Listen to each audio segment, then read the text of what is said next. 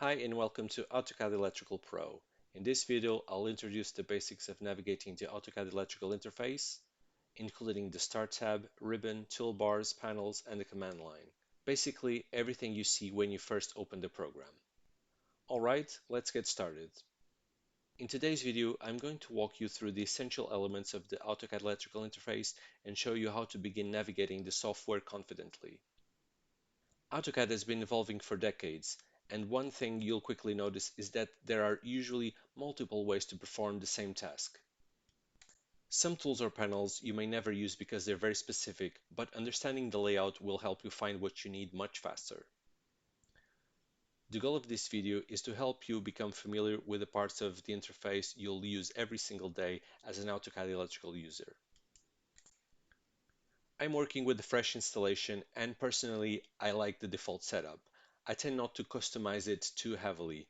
AutoCAD does offer a significant level of customization, but starting with the default layout is usually the smoothest transition, especially if you're new to the software. One of the first things you'll notice is that many menus are grayed out until you open a drawing. So, before we dive into commands, let's identify the main interface elements you'll see as soon as the program launches. From the Start tab, you can open drawings, you can create new drawings, and when you're creating new drawings, you're going to be able to either use recent templates, browse through the templates, create sheet sets. When you're opening, you can open files, open sheet set, explore sample drawings. On the recent open drawings, you can display them in list and you can display them in grid. Here you'll also find some useful links with support information from the web. At the top of the screen, you'll find the ribbon. This is where most of your tools and commands are organized. It includes application menu, quick access toolbar. This one is customizable. Tabs. Tabs include home, project, schematic, etc., etc. Each of the tabs is going to have multiple panels, and these panels can be expanded when you click at the bottom of the panel when it has an arrow like this, and you can see a few more buttons with additional functions. You can reorganize the panels in a different order if you like. And if you want to see all the available tabs at the top, you can right click and see which ones are selected, and you can select additional ones or deselect some of the ones that you don't think are useful or the ones that you're not using. At the bottom of the window, right in the center, you'll see the command line. This is a core part of AutoCAD's history.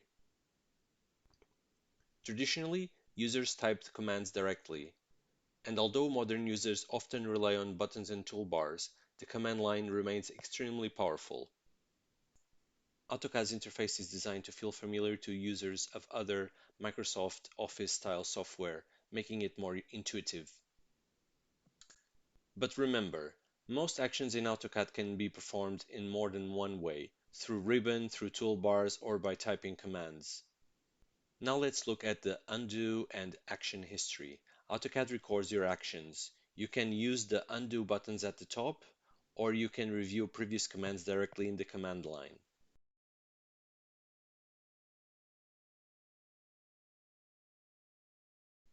Pressing the up arrow on your keyboard cycles through your recent commands, which is very useful when repeating tasks.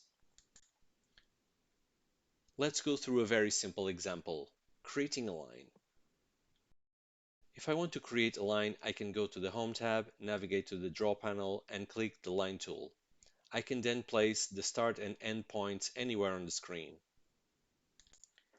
If you look at the command line after doing this, you'll see the action recorded there. AutoCAD shows the command that was executed. If I type the same command directly into the command line and press enter, I can create another line without clicking any buttons. This is one of the reasons the command line remains so useful.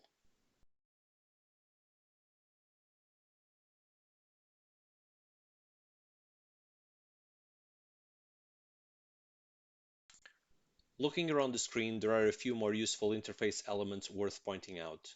Along the bottom, you'll find a series of tools that let you switch between model space and paper space, toggle the grid on and off, enable snap, and adjust other drafting related settings. This whole area is commonly referred to as status bar, and it gives you quick access to many of the controls you'll use while drawing. If you look at the file tabs along the top of the drawing area, hovering over each tab will show you a preview of the sheet,